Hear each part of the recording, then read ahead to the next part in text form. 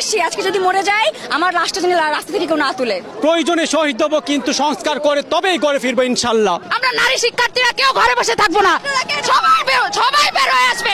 National Dhaka college বিশ্ববিদ্যালয় এখন এক হয়ে যাবে। সহিংসতা ছড়িয়ে আমাদের মধ্যে ভয় ঢোকানোর চেষ্টা করছে, কিন্তু এটা হবে না, বৃথা যাবে।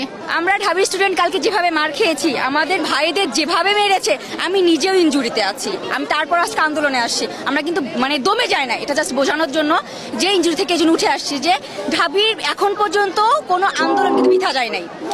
এখন পর্যন্ত বাবাকে বলে আসছি, আজকে যদি মরে যাই আমার লাশটা যেন রাস্তা থেকে কেউ না তুলে।